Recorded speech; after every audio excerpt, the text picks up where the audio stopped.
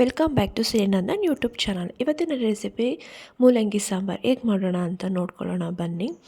ತುಂಬ ಈಸಿಯಾಗಿ ಮಾಡ್ಬೋದು, ನೀವು ಕೂಡ ಒಂದ್ಸಲ ಟ್ರೈ ಮಾಡಿ. ನಾನಿಲ್ಲಿ ಮೊದಲಿಗೆ ಒಂದು ಕುಕ್ಕರ್ ತೊಗೊಂಡಿದ್ದೀನಿ. ಆ ಕುಕ್ಕರ್ಗೆ ನಾನು ಮುಕ್ಕಾಲು ಬೌಲಷ್ಟು ಬೇಳೆನ ವಾಶ್ ಮಾಡಿ ಮೊದಲೇ ಇಟ್ಕೊಂಡಿದ್ದೆ.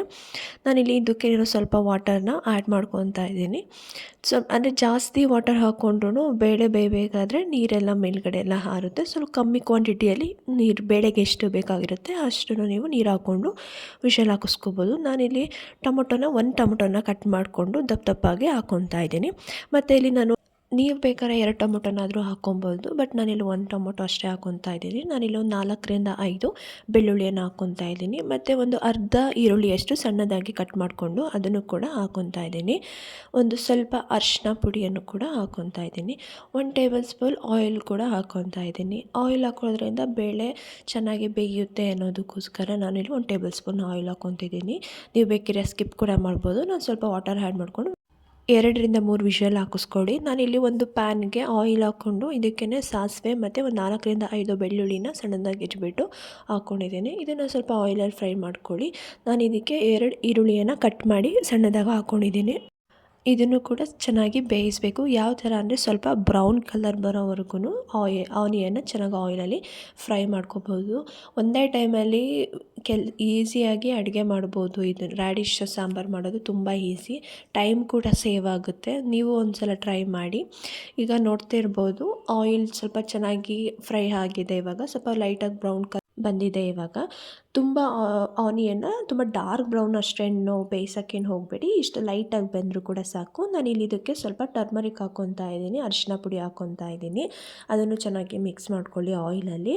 ನೆಕ್ಸ್ಟ್ ನಾನು ಮೊದಲೇ ರ್ಯಾಡಿಶ್ನ ವಾಶ್ ಮಾಡಿ ಅದರದ್ದು ಸಿಪ್ಪೆ ಎಲ್ಲ ತೆಗೆದು ಇಟ್ಕೊಂಡಿದ್ದೆ. ಅದನ್ನು ರೌಂಡ್ ಶೇಪಲ್ಲಿ ಕಟ್ ಮಾಡ್ಕೊಂಡಿದ್ದೀನಿ, ಒಂದು ಬೌಲಷ್ಟು. ನಿಮಗೆ ಬೇಕಿದ್ದರೆ ಯಾವ ಥರ ಚಿಕ್ಕ ಚಿಕ್ಕದಾಗಿ ಕೂಡ ಕಟ್ ಮಾಡ್ಕೋಬೋದು, ಬಟ್ ಸಾಂಬಾರಿಗೆಲ್ಲ ಇಷ್ಟೇ ಸೈಜ್ ಇದ್ದರೆ ಚೆನ್ನಾಗಿ ಕೂಡ ಇರುತ್ತೆ.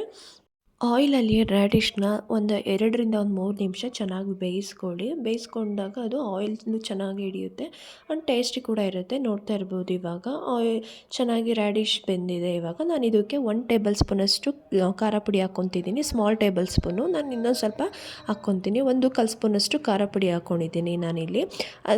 ಮನೇಲೇ ಮಾಡಿರೋ ಅಂತಹ ಸಾಂಬಾರು ಪುಡಿ ಕೂಡ ಹಾಕ್ಕೊತಾ ಇದ್ದೀನಿ. 1 ಸ್ಪೂನಷ್ಟು ಸಾಂಬಾರು ಪುಡಿ ಹಾಕ್ಕೊಂಡಿದ್ದೀನಿ. ಯಾವುದೇ ಥರದ ಅಂಗಡಿಯಲ್ಲಿ ತಂದಿರೋ ಅಂಥದ್ದು ಸಾಂಬಾರು ಪುಡಿ ಅಲ್ಲ, ಮನೆಯಲ್ಲೇ ಮಾಡಿರೋ ಅಂಥದ್ದು. ತುಂಬ ಚೆನ್ನಾಗಿ ಕೂಡ ಇರುತ್ತೆ. ನೋಡಿ, ಇದನ್ನು ಚೆನ್ನಾಗಿ ಮಿಕ್ಸ್ ಮಾಡಿಕೊಂಡು ಇದಕ್ಕೆ ಒಂದು ಅರ್ಧ ಲೋಟದಷ್ಟು ನೀರು ಹಾಕ್ಕೊಳ್ಳಿ. ಅಲ್ಲಿ ಬೇಳೆ ಬೇಯಿಸ್ಬೇಕಾದ್ರೂ ಕೂಡ ನೀರು ಹಾಕ್ಕೊಂಡಿರ್ತೀರ, ಮೊದಲೇ ಜಾಸ್ತಿ ನೀರು ಹಾಕ್ಕೊಂಡು ಬೇಯಿಸ್ಕೊಬೇಡಿ. ನಾನಿಲ್ಲೊಂದು 5 ನಿಮಿಷ ಲಿಡ್ ಕ್ಲೋಸ್ ಮಾಡಿದ್ದೀನಿ. ಅಷ್ಟರಲ್ಲಿ ಕುಕ್ಕರಲ್ಲಿ ವಿಷಲ್ ಕೂಡ ಬಂದಿದೆ. ಇದು ಕೂಡ ಹೇಗೆ ಬಂದಿದೆ ಅಂತ ನೋಡೋಣ.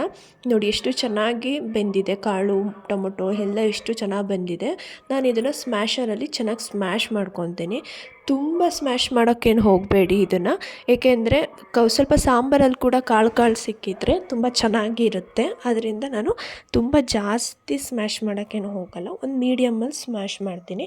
ನಿಮಗೆ ಎಷ್ಟು ಬೇಕಾಗಿರುತ್ತೆ ಅಷ್ಟು ಸ್ಮ್ಯಾಶ್ ಮಾಡ್ಕೊಳ್ಳಿ. ನೋಡ್ತಿರ್ಬೋದು ಎಷ್ಟು ಸ್ಮ್ಯಾಶ್ ಆಗಿದೆ ಅಂತ, ಯಾವ ಥರ ಆಗಿದೆ ಅಂತ.